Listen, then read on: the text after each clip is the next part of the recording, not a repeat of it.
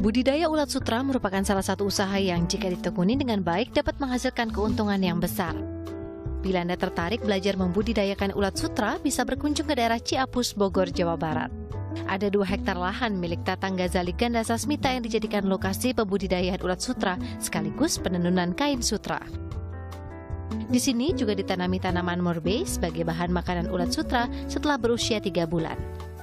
Proses pembudidayaan ulat sutra dimulai dari rumah ulat kecil. Setelah cukup besar, ulat sutra dipindahkan ke ruangan lain untuk menghasilkan kepompong.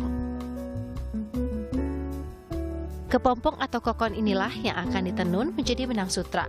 Sebelum diolah, kokon direbus dalam air panas dengan suhu 85 derajat Celcius, kemudian ditiriskan dan disikap. Kokon siap dipintal menjadi benang sutra dengan alat pintal tradisional. 10 kg kokon menghasilkan 1 kg benang sutra. Om Swastiastu. Semangat pagi adik-adik. Bertemu lagi bersama saya Ibu Diah dalam video pembelajaran kimia. Pada kali ini kita akan membahas materi tentang polimer. Tadi kalian sudah menonton video tentang budidaya ulat sutra kan? Nah, ulat sutra itu bisa menghasilkan benang sutra yang mana itu adalah contoh polimer alami loh. Sebenarnya masih banyak sekali contoh polimer yang ada di sekitar kita. Nah, jadi di video kali ini kita akan membahas berbagai hal tentang polimer, mulai dari tata nama, pengelompokan, kegunaan dalam kehidupan sehari-hari, dan lain-lain. Jadi, mari kita mulai. Kompetensi dasar yang diharapkan mampu untuk dicapai setelah menyimak video ini adalah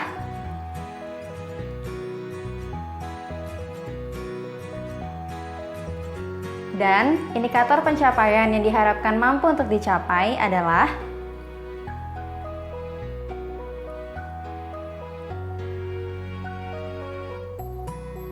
Yuk kita lanjut ke materi yang pertama. Polimer berasal dari bahasa Yunani, yaitu poli yang berarti banyak dan mer yang berarti bagian. Jadi secara sederhana, polimer diartikan sebagai molekul yang terdiri dari banyak bagian. Nah, bagian terkecil dari polimer itu disebut dengan monomer. Jadi, secara umum, polimer itu diartikan sebagai molekul yang terdiri dari banyak monomer.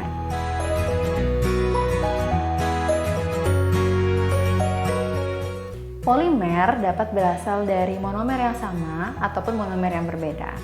Contoh, misalkan ada monomer etena dengan struktur seperti ini. Jika etena bereaksi dengan sesama etena, maka dia akan membentuk polimer dengan nama polietena. Jadi, ketika polimer terbentuk dari monomer yang sama, kita cukup menambahkan kata poli setelah nama monomernya. Nah, itu tadi kalau monomernya sama. Bagaimana kalau monomernya berbeda? Jika dia terdiri dari monomer yang berbeda, maka penamaan polimer akan menuliskan gugus fungsi yang ada pada polimer tersebut. Contoh, kalian perhatikan gambar ini.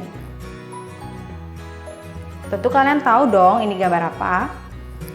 Ya, betul. Ini adalah gambar layangan. Untuk menaikkan layangan, pasti kita perlu tali, ya kan? Nah, tali itu adalah salah satu contoh polimer dengan nama polyimino 1,6 deoksoheksametilen iminoheksametilen. Wah, ribet juga ya. Nah, jadi beberapa polimer itu memiliki 2 nama. Satu adalah nama IUPAC-nya seperti nama ini, dan satu lagi adalah nama trivia atau nama dagangnya. Seperti contoh tali layangan ini, nama trivianya adalah nilon. Pasti pernah dengar dong kalau kata nilon. Nah, jadi beberapa polimer itu akan menggunakan nama trivianya untuk memudahkan kita mengingatnya. Sangat mudah mencari contoh polimer di kehidupan sehari-hari. kain, karet gelang, benang, semuanya adalah polimer. Dan untuk memudahkan kita mengidentifikasi polimer, maka dia akan digolongkan menjadi beberapa kategori. Yang pertama, penggolongan berdasarkan asalnya. Yang kedua, penggolongan berdasarkan proses pembuatannya. Dan yang ketiga, penggolongan berdasarkan sifat atau daya tahan terhadap panas. Pada video kali ini, kita akan lebih banyak membahas tentang penggolongan berdasarkan sifat atau daya tahan terhadap panas. Berdasarkan sifat atau daya tahan terhadap panas, polimer dapat terbagi menjadi dua, yaitu termoset dan termoplastik. Termoset adalah sifat polimer yang tahan terhadap suhu tinggi tanpa meleleh. Nah, ciri-cirinya adalah keras, tidak fleksibel, tidak meleleh jika dipanaskan, dan tidak dapat dibentuk ulang.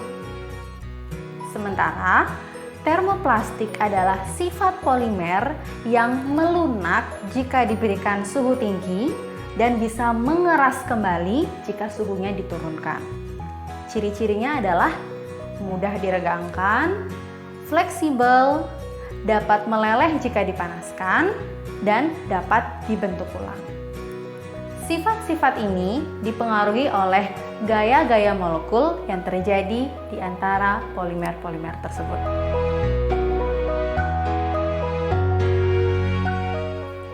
Botol minuman seperti ini bisa digunakan berkali-kali, jadi kalian bisa menghemat pengeluaran dan juga bisa menjaga lingkungan.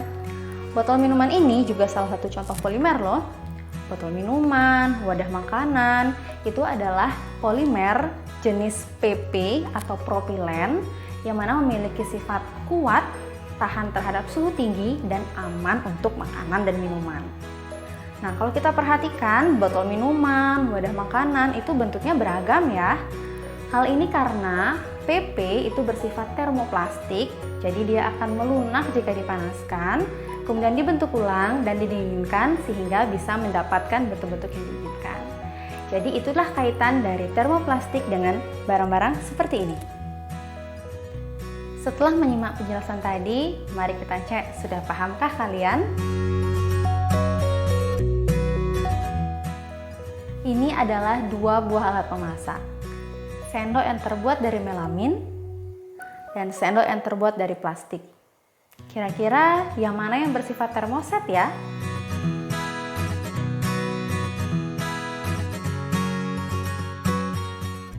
Siapa yang jawab sendok melamin? Angkat tangan.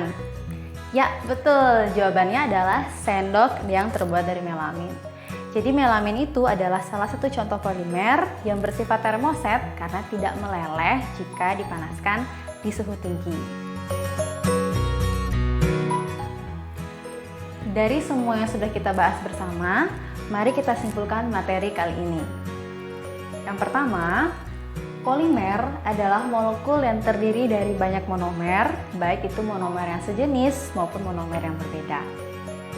Yang kedua, penamaan polimer berdasarkan jenis monomer penyusunnya. Yang ketiga, polimer dapat digolongkan berdasarkan asalnya, proses pembuatannya, dan juga sifat atau daya tahan terhadap panas. Itu tadi video pembelajaran kimia untuk materi polimer. Semoga bisa menemani kalian belajar di rumah ya. Tetap semangat! Om Santi Santi Santi Om.